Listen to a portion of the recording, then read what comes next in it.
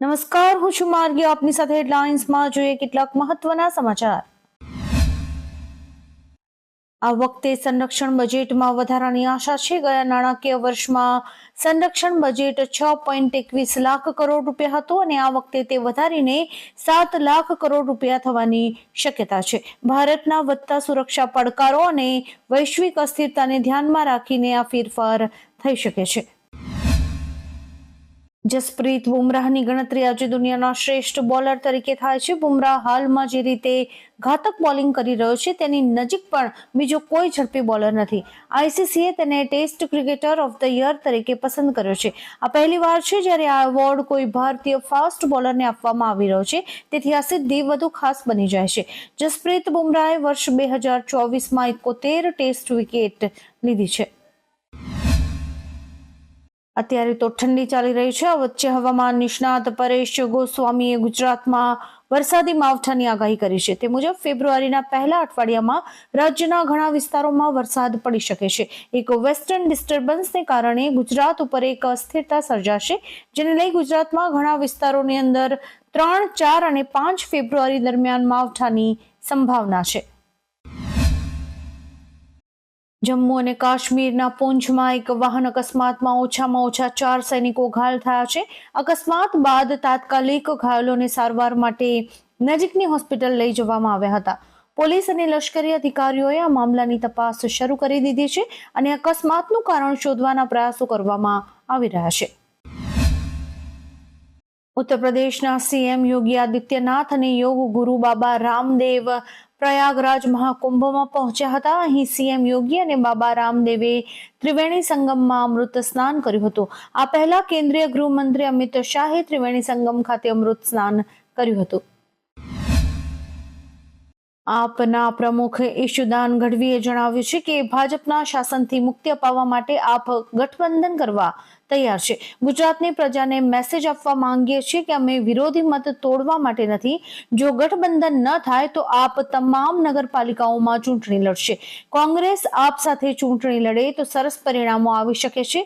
આપ કોંગ્રેસ અલગ લડે તો ભાજપના મત એક રહે છે અને ચૂંટણી જીતી જાય છે.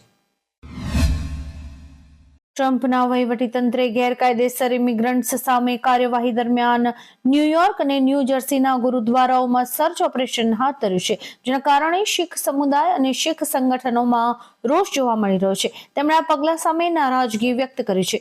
શીખ સંગઠનોએ આ પગલાને સ્થળની પવિત્રતા માટે ખતરો ગણાવી કડક ટિપ્પણીઓ કરી છે. ઉલ્લેખનીય છે કે ટ્રમ્પે શરણાર્થીઓ સામે કડક વલણ અપનાવ્યું છે.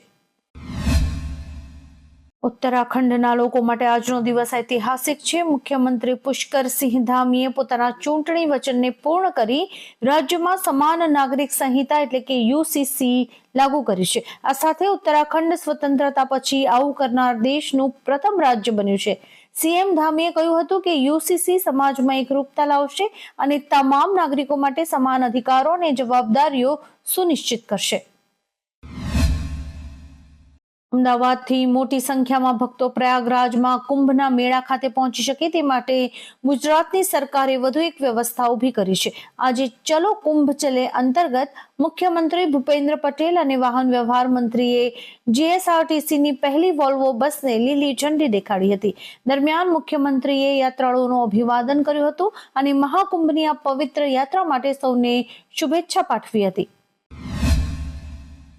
અમેરિકાના કડક પગલા બાદ કોલંબિયા અમેરિકાથી તેમના ગેરકાયદેસર ઇમિગ્રન્ટ્સને પાછા લાવવા માટે સંમત થયું છે. કોલંબિયાથી ગેરકાયદેસર ઇમિગ્રન્ટ્સને 2 અમેરિકી લશ્કરી વિમાનો દ્વારા કોલંબિયા મોકલવામાં આવી રહ્યા હતા, પરંતુ કોલંબિયા સરકારે આ વિમાનોને ઉતરવાની મંજૂરી આપી ન હતી. આ પછી અમેરિકાના રાષ્ટ્રપતિ ટ્રમ્પે કોલંબિયા પર 25% અને આવતા અઠવાડિયાથી 50% ટેરિફ લાદવાની જાહેરાત કરી હતી, જેના પછી કોલંબિયાએ ઝૂકવું પડ્યું હતું અને પોતાના ઇમિગ્રન્ટ્સને પરત લાવવા માટે સંમતિ આપી હતી. યોગ ગુરુ બાબા રામદેવે મહાકુંભના નામે રીલ્સ દ્વારા ફેલાવવામાં આવતી અશ્લીલતા પર નારાજગી વ્યક્ત કરી છે. તેમણે કહ્યું છે કે આ યોગ્ય નથી. તેમણે કહ્યું કે એક જ દિવસમાં કોઈ સંત બની શકતું નથી. આ સાથે જ તેમણે ભૂતપૂર્વ અભિનેત્રી મમતા કુલકર્ણીના મહામંડલેશ્વર બનવા ઉપર પણ પ્રતિક્રિયા આપી છે. તેમણે કહ્યું કે આજકાલ હું જોઉં છું કે કોઈને પણ પકડીને તેને મહામંડલેશ્વર બનાવી દેવામાં આવે છે. આવું ન થવું જોઈએ. મહાકુંભમાં આજે ધર્મ સંસદ બોલાવવામાં આવી છે, જેમાં સનાતન બોર્ડની રચનાની જાહેરાત કરવામાં આવશે. 4 શંકરાચાર્યો, 13 અખાડાઓ અને હજારો સાધુઓ સંતો આ નિર્ણયને મંજૂરી આપશે. દેશભરના 200 મુખ્ય મંદિરોને સનાતન બોર્ડમાં સામેલ કરવામાં આવ્યા છે. પ્રમુખ મહામંત્રી અને તેમના માર્ગદર્શન મંડળ સહિત તમામ પદાધિકારીઓની પસંદગી થઈ છે. અમિત શાહ પણ આજે મહાકુંભમાં સ્નાન કરવા પહોંચ્યા હતા.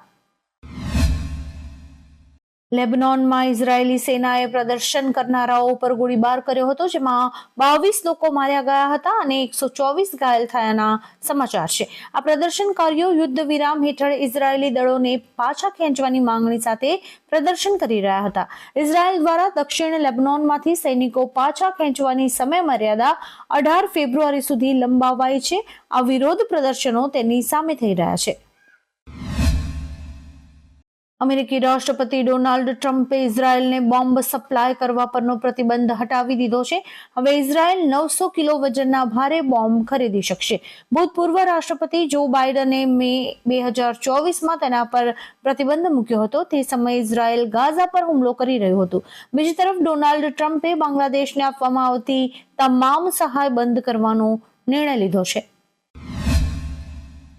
હવે બ્રિટનમાં પણ કેનેડા જેવા દ્રશ્યો જોવા મળ્યા છે. ગઈકાલે ગણતંત્ર દિવસના અવસર પર લંડનમાં ભારતીય દૂતાવાસ બહાર એક સમારોહ યોજાયો હતો, જ્યાં ખાલિસ્તાની સમર્થકો દ્વારા વિરોધ કરવામાં આવ્યો હતો.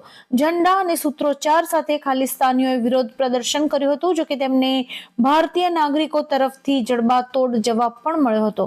પોલીસની હાજરીમાં જ બંને જૂથ સામસામે આવી ગયા હતા. બાગેશ્વર ધામના પ્રસિદ્ધ કથાકાર પંડિત ધીરેન્દ્ર કૃષ્ણ શાસ્ત્રી પ્રયાગરાજ મહાકુંભમાં પહોંચ્યા હતા. તેમણે કહ્યું કે દરેક મંદિર, મસ્જિદ અને ચર્ચમાં દરરોજ રાષ્ટ્રગીત વગાડવું જોઈએ. જો કોઈ ધાર્મિક સ્થળે રાષ્ટ્રગીતની ના પાડે તો ખબર પડશે કે કોણ દેશદ્રોહી છે અને કોણ દેશભક્ત. 30મી જાન્યુઆરીએ મહાકુંભમાં વિશાળ સંત સમાગમ યોજાશે, જેમાં ભારતને હિન્દુ રાષ્ટ્ર બનાવવા માટે શું તૈયારીઓ કરવી પડશે તેની ચર્ચા થવાની છે. આવા જ કેટલાક રસપ્રદ સમાચારો નિહાળવા માટે અમારી YouTube ચેનલને લાઈક, શેર અને સબસ્ક્રાઇબ કરો અને જોતા રહો હેડલાઇન્સ. આ ઉપરાંત આપ અમને અમારા Instagram હેન્ડલ અને Facebook પેજ ઉપર પણ ફોલો કરી શકો છો.